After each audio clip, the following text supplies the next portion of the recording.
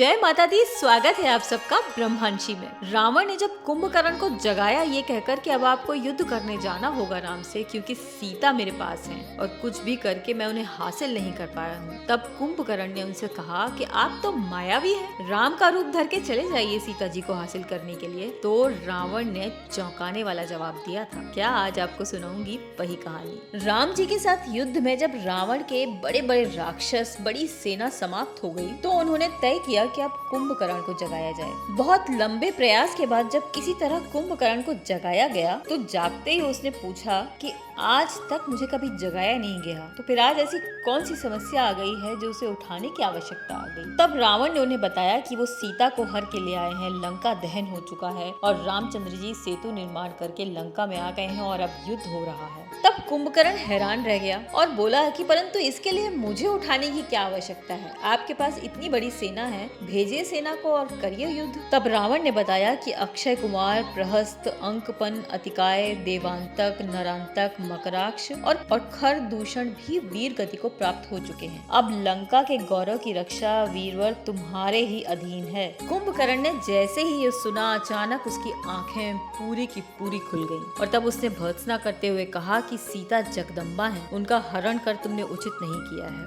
पर मुझे लग रहा है कि अब हमारा समय आ चुका है, इसीलिए अब तुम्हें अनुचित भी कैसे कहूँ। देवर्षि नारद मुझे हमारे अंत का कारण वर्षों पूर्व बता चुके थे और वह सत्य नहीं था। उसे सत्य सिद्ध करने के लिए तुम साधन बने हो। खैर, बनना ही था तो बन गए। रावण ये जानते थे कि यदि उसने सीता को लौटाने का प्रस्ताव रख दिया तो समस्या हो जाएगी। कुंभकर्ण विभीषण जैसा सज्जन तो है नहीं कि लात मार कर निकाल दे उसे। वो कुंभकर्ण के चरित्र की दुर्बलता जानते थे। एक संकेत पर मदिरा के घड़े के घड़े विभिन्न प्रकार के मांसों के भार आने लगे और कुंभकर्ण खा पीकर रण रंग में रंगने लगा। अब कुंभकर्ण ने रावण से पूछा कि एक बात बताइए भाई, तुमने जिस कारण से जानकी का हरण किया है वो पूरा हुआ कि नहीं? जानकी का उपभोग भी किया या नहीं? तब रावण ने उत्तर दिया, समस्त प्रकार के लोभ, लालच, भय आदि दिखाकर थक चुका हूँ, परंतु वह मेरी ओर देखने तक को तैयार नहीं है। इस बात पर कुंभकर्ण बहुत जोरों से हंसा और बोला, अरे राक्षस राज, तुम तो मायावी हो, एक बार राम का रूप रखकर चले जाते, बन जाता तुम्हारा काम, इतनी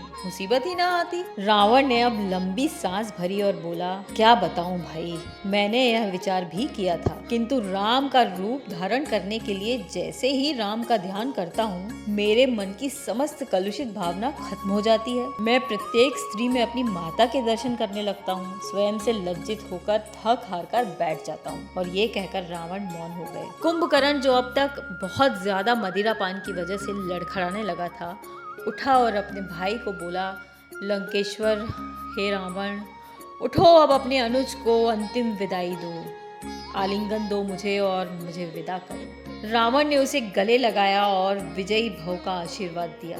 उसके इस आशीर्वाद पर कुंभकर्ण बहुत जोर जोर से हंसता हुआ वहां से अंतिम विदाई देकर बाहर चला गया, क्योंकि कुंभकर्ण जानता था कि अब वो शहीद होने जा रहा है, अब वो मुक्त होने जा रहा है। अपने राक्षसी स्वभाव के अनुरूप वह बातें करता हुआ, खुद से बड़बड़ाता हुआ, महल की चीजें फेंकता हुआ वहां से निकल गया, परंतु अंदर ही अंदर कुंभकर्ण बहुत प्रसन्न था, क्योंकि वो जानता था कि अब प्रभु श्री राम के हाथों उसे स्वर्ग मिलने वाला है, उसका उद्धार होने वाला है, उसे मुक्ति मिलने वाली है।